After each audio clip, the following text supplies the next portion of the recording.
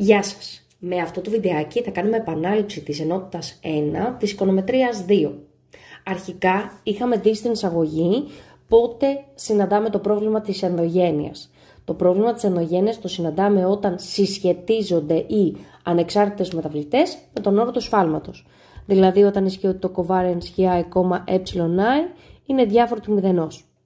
Η ίδια υπόθεση μπορεί να γραφτεί και αλλιώς ε του ει δεδομένου του i ότι είναι διάφορο του μηδενός. Ποιες είναι οι συνέπειες του προβλήματος της ενδογένειας? Οι συνέπειες του προβλήματος είναι ότι έχουμε εκτιμήτριες OLS μεροληπτικές και ασυνεπείς. Λάθος δηλαδή. Μεροληπτικές και ασυνεπείς.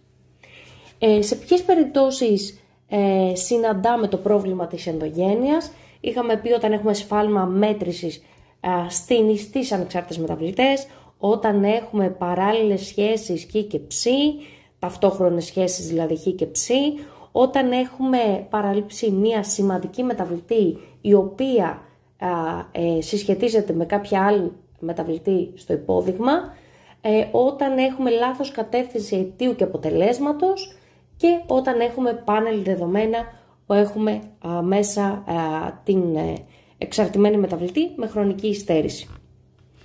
Τώρα, οι περιπτώσεις σφαλμάτων στις μεταβλητές, είχαμε δει ότι την περίπτωση που να έχουμε σφάλμα μέτρηση στην εξαρτημένη, όταν έχουμε σφάλμα μέτρηση στην εξαρτημένη, τότε εκτιμήτρες OLS είναι αμερόληπτες και συνεπείς, αλλά λιγότερο αποτελεσματικές.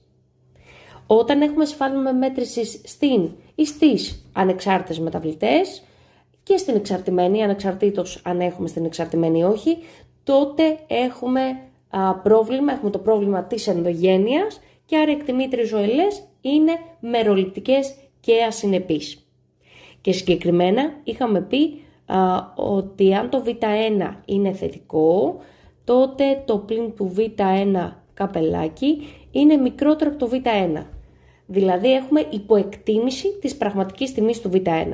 Και όταν το β1 είναι αρνητικό, τότε το πλην του β1 καπελάκι είναι μεγαλύτερο από το β1, δηλαδή έχουμε υπερεκτίμηση της πραγματικής τιμής του β1.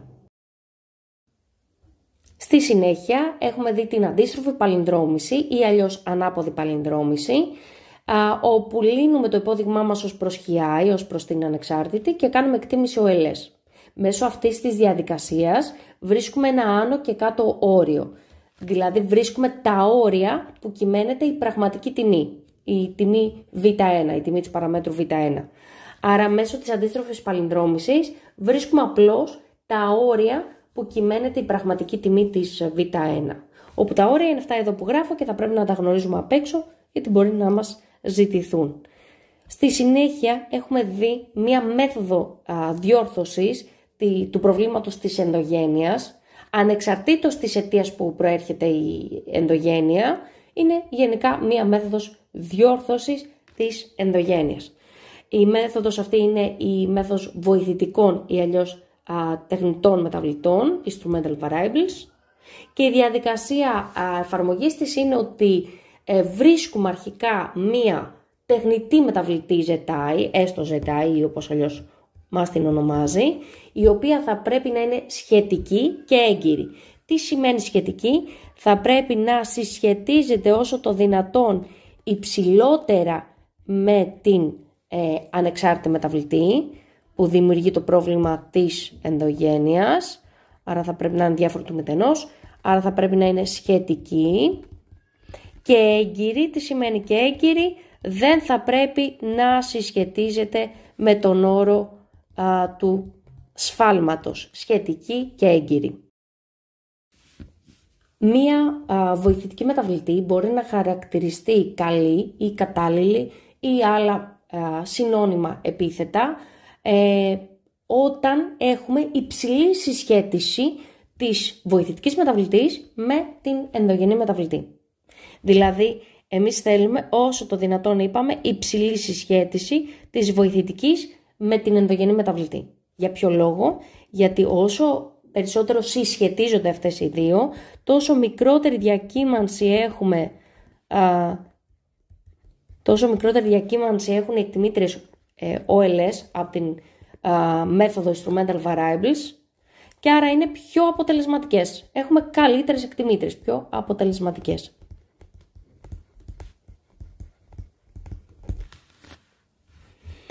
Διορθώνει το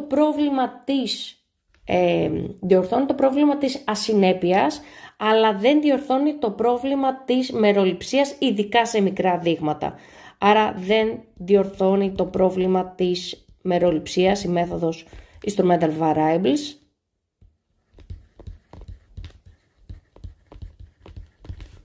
Δηλαδή οι εκτιμήτρες είναι συνεπείς, αλλά όχι αμερόληπτες.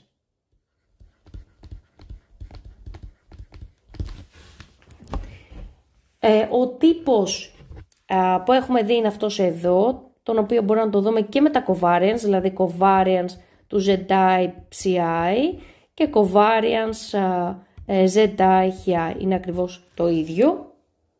Στην πολλαπλή παλινδρόμηση θα πρέπει να θυμόμαστε ότι χρησιμοποιούμε τόσες βοηθητικές, τουλάχιστον όσες είναι και οι ενδογενείς.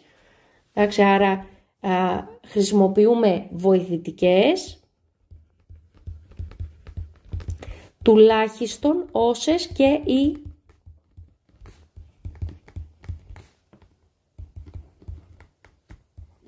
ενδογενείς. Γιατί αυτό?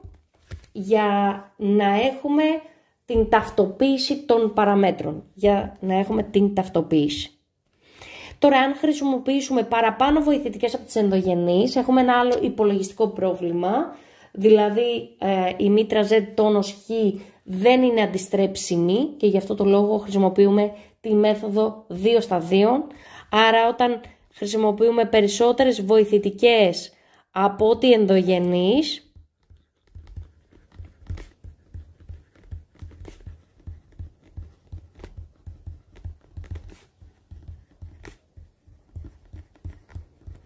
τότε χρησιμοποιούμε τη μέθοδος εκτίμησης είναι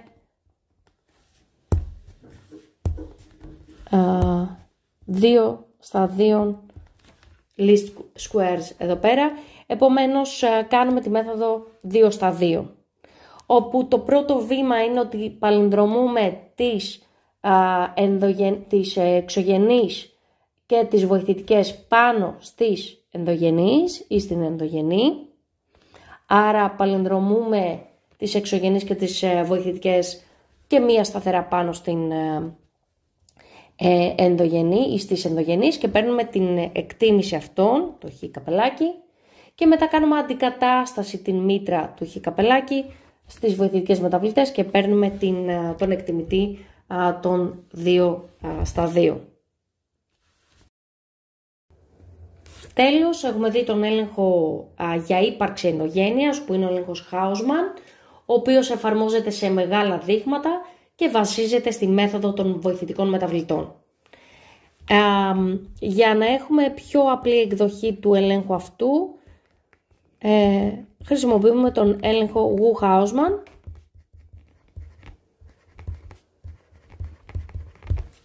όπου τα βήματα αυτού είναι ότι πρώτα παλινδρομούμε τις ενδογενείς, πρώτα παλινδρομούμε τις εξωγενείς μεταβλητές και τις βοηθητικές πάνω στις ενδογενείς και παίρνουμε τα κατάλοιπα από την εκτίμηση ΟΕΛΕΣ, παίρνουμε τα κατάλοιπα και βήμα δεύτερο, εισάγουμε τα κατάλοιπα ως ανεξάρτητη μεταβλητή και κάνουμε εκτίμηση και τρίτο βήμα στην ουσία κάνουμε τον έλεγχο με το TAF Statistic.